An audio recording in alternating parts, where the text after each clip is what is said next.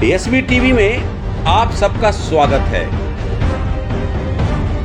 आज फिर हम देश की राजधानी में हुए भीषण अग्निकांड जो मालवीय नगर में हुआ है उसी पे बात करेंगे और उससे जोड़कर जो आउट ऑफ कंट्रोल करप्शन है उसकी ओर भी हम कुछ एनालिसिस करने की कोशिश करेंगे। जरा समझिए, अग्निकांड केवल दिल्ली में नहीं हो रहा, बिहार के मुजफ्फरपुर में भी यही हालात पैदा हुए कि शॉर्ट सर्किट होता है और वहां भी आईसीयू में इस तरह की आग लगती है जिसमें कई जानें भी गई है। इसी तरह का कुछ हादसा नोएडा में भी कल हुआ है।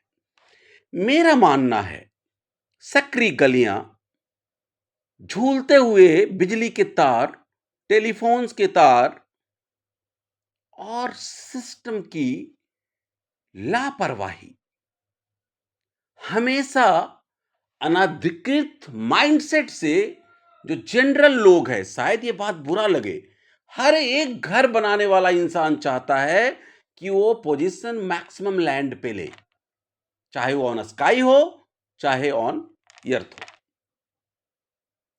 और इन सब मसले में अलग अलग डिपार्टमेंट के लोग उनको सपोर्ट करते हैं।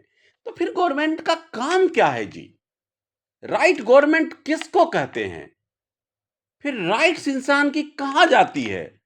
ये तो केवल एग्जाम्पल्स है होटल का। अभी जो मजदूर लोग रहते हैं रेंट्स पे, उनके यहां जाके देखिए वो किस हालात में रहते हैं। छोटे छोटे कमरे हैं और जिसमें किसी भी तरह का एयर का घुसना तो बहुत दूर की बात है, निकलना मुश्किल काम है। एग्जॉस्टर तक नहीं लगा हुआ जी, फैन तक नहीं है। 3-3 हजार में लगा रखा है। मयूर विहार चले जाइए आप, गढ़ी की तरफ साउथ दिल्ली चले जाइए, गुड़गांव चले जाइए, इस तरह की तमाम जो अलार्मिंग साइंस हैं उसकी मॉनिटरिंग कौन करेगा?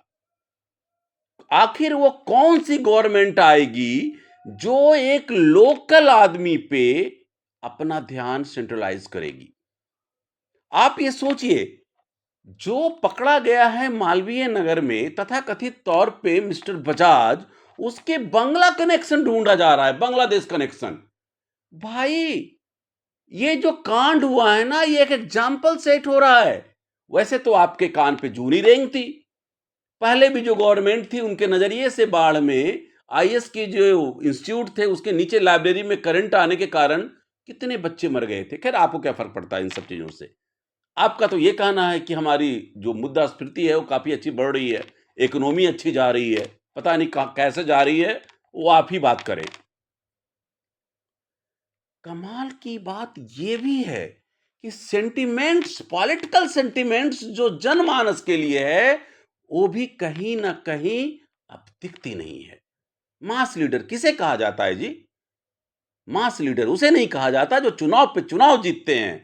मास लीडर उसे कहा जाता जिसे पब्लिक लाइक करती है। मास लीडर उसे कहा जाता कि घर पे बच्चे अपने बड़ों से उसके बारे में बात करते हैं। मास लीडर उसे कहा जाता कि लास्ट इंसान भी कहीं हो उस कंट्री में उसके बारे में, एक दूसरे के बारे में सोच रहे हो।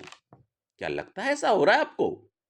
तमाम तरह की जो चीजें उत्पन्न की जा रही है, चाहे गवर्नमेंट में हो चाहे वो विपक्ष में बैठे लोग हों, सबकी अपनी अपनी इंटेंशन और महत्वाकांक्षा है।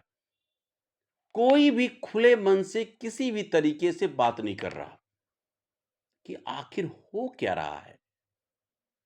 आपको राइट गवर्नमेंट देने की मतलब क्या? गवर्नेंस है, गवर्नेंस का मतलब ये है ना जी, सोशली सपोर्ट करें, उसकी जिंदगी की सपोर्ट करें।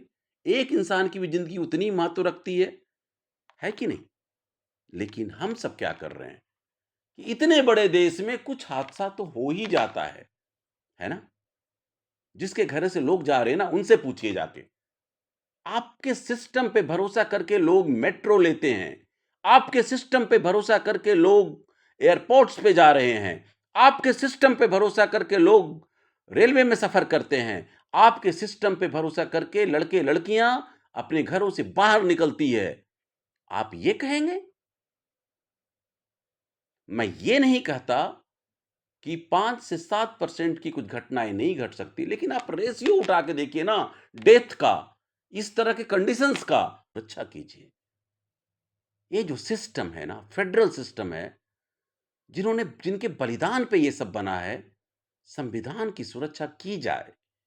महत्वाकांक्षा ठीक बात है, लेकिन लोगों की आकांक्षाओं पे भी खरा उतरना उतना ही ज़हनी ज़रूरत है। एक आंकड़ा ऐसा है जो मैं शेयर करना चाहता हूँ आप लोगों से।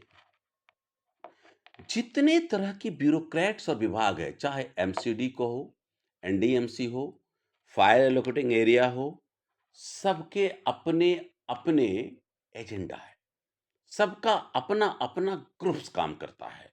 सबके अपने-अपने एजेंट्स काम करते हैं और पुलिस विभाग इन सब के बीच में एक ब्रिज का काम करता है। ये सच्चाई है।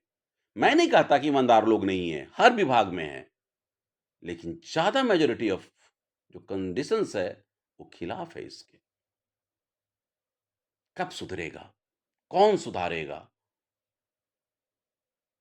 नज़रें अभी भी आपकी तरफ है और समय भी है आपके पास। सँभल जाइए और राइट गवर्नेंस की तरफ चलिए।